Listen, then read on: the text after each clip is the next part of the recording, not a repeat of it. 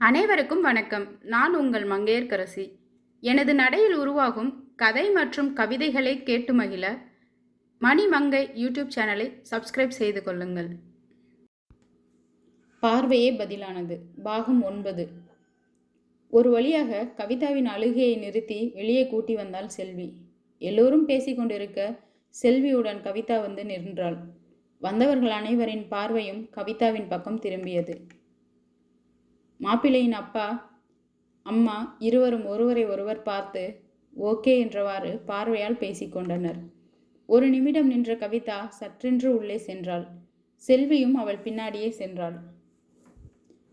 Sarasu, tea எடுத்துட்டு வரேன் என்று சொல்லி உள்ளே சென்றாள். உள்ளே சென்ற சரசு நேராக அடுப்படிக்கு போய் டீ போட ஆரம்பித்தாள். செல்வி கவிதாவிடம், இப்படி வரக்கூடாது சாமி, வந்தவங்க என்ன நினைப்பாங்க என்று பேசிக்கொண்டிருந்தாள். டீ போட்டு முடித்ததும் சரசு ஒரு தட்டில் 6 கிளாஸ் டீயை அடுக்கி வைத்தவாறு கொண்டு வந்து கவிதாவிடம் நீட்டினாள். இந்தா சாமி, இதை போய் வந்திருக்கிறவங்களுக்கு கொடு என்றாள் சரசு. குனிந்திருந்த கவிதா நிமிர்ந்த அம்மாவை பார்த்தாள். இந்தா சாமி, போய் குடுசாமி என்று சரசு மீண்டும் சொல்ல கவிதாவின் கண்களில் இருந்து கண்ணீர் அருவி போல் கொட்டியது. அம்மா, எனக்கு இப்போ கல்யாணம் வேணாம் ப்ளீஸ் என்றாள் அழுகையுடன். முதல்ல கண்ணை தொடச்சிட்டு இதை போய் கொடு. நம்ம இருக்கிற நிலைமைக்கு இந்த மாதிரி இடம் வரதே பெருசு. இப்போ போய் கொடுத்துட்டு வா, மற்றதை அப்புறம் பேசிக்கலாம் என்று சரசு சொல்லி, செல்விக்கா, இவ கையில் இதை கொடுத்து கூட்டிட்டு வாங்க என்று செல்வியிடம் தட்டை கொடுத்து விட்டு வெளியே வந்தாள் சரசு. வெளியே வந்த சரசு, இந்த டீ கொண்டு வராங்க என்று பொதுவாக சொல்லிவிட்டு மீண்டும் சுவற்றில் சாய்ந்தவாறு நின்றாள். செல்வி ஒரு வழியாக கவிதாவின் கையில் டீ தட்டை கொடுத்து வெளியே கூட்டி வந்தாள். வெளியே வந்ததும் எல்லோருக்கும் டீ கொடு சாமி என்று செல்வி சொல்ல கவிதாவும் வந்தவர்களுக்கு டீ கொடுத்தாள். பிறகு செல்வியின் அருகில் சென்று நின்றாள் கவிதா. மாப்பிள்ளையின் அப்பா, எங்களுக்கு பிள்ளையை ரொம்ப பிடிச்சிருக்கு, பரிபூர்ண சம்மதம். தம்பி அடுத்த வாரம் வருவான், அதுக்குள்ளே ஃபோட்டோவை அனுப்பிடுறோம், அவன் பார்த்துட்டு சொல்லட்டும். அதுக்கு முன்னாடி என்று சொன்னவர் தன் சட்டை பையிலிருந்து ஃபோனை எடுத்து ஒரு ஃபோட்டோவை எடுத்தார். கவிதா, இங்கே வாமா என்று அழைக்க என்ன செய்வதென்று புரியாமல் கவிதாவும் அருகில் சென்றாள்.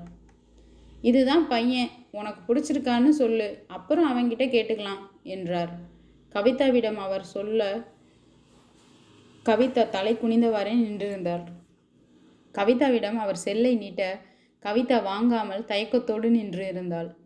அருகில் இருந்த கந்தசாமி, பாரு கவிதா, வாங்கி பாரு என்று அழுத்தம் கொடுக்க கையில் வாங்கிய செல்லில் என்ன இருக்கிறது என்று கூட பார்க்காமல் தலையை அசைத்தாள் கவிதா. அதையே சரி என்று எடுத்துக்கொண்ட மாப்பிள்ளையின் வீட்டார், இனி கவிதா எங்கள் வீட்டு பொண்ணு என்று மாப்பிள்ளையின் அக்கா கூறினார். உடனே சரசு, நீங்கள் மாப்பிள்ளைகிட்டையும் ஒரு வார்த்தை கேட்டுட்டு அப்புறம் முடிவு சொல்லுங்க என்றாள். நாங்கள் என்ன மோசமான பிள்ளைவா பார்த்துருக்கோம், அவன் மாட்டேன்னு சொல்கிறதுக்கு என்றாள் மாப்பிள்ளையின் அம்மா. உடனே செல்வியும் கந்தசாமியும் ஒரு சேர, நம்ம கவிதாவை கட்டிக்க கொடுத்து வச்சிருக்கணும் என்றார். கவிதா இருவரின் முகத்தையும் வெறிக்க பார்த்தாள். மாமா, என்னை உங்கள் வீட்டுக்கு கூட்டிட்டு போங்க என்று சொல்லாமல் பார்த்தாள். அவள் பார்வையில் ஏக்கம் நிறைந்திருந்தது. அதற்கு மேல் அங்கு நிற்க முடியாமல் கவிதா மீண்டும் உள்ளே சென்றாள். எல்லோரும் அவள் வெட்கத்தில் உள்ளே சென்றதாக நினைத்தனர். ஆனால் கவிதாவோ தன் அழுகையை அடக்க முடியாமல் உள்ளே சென்றாள்.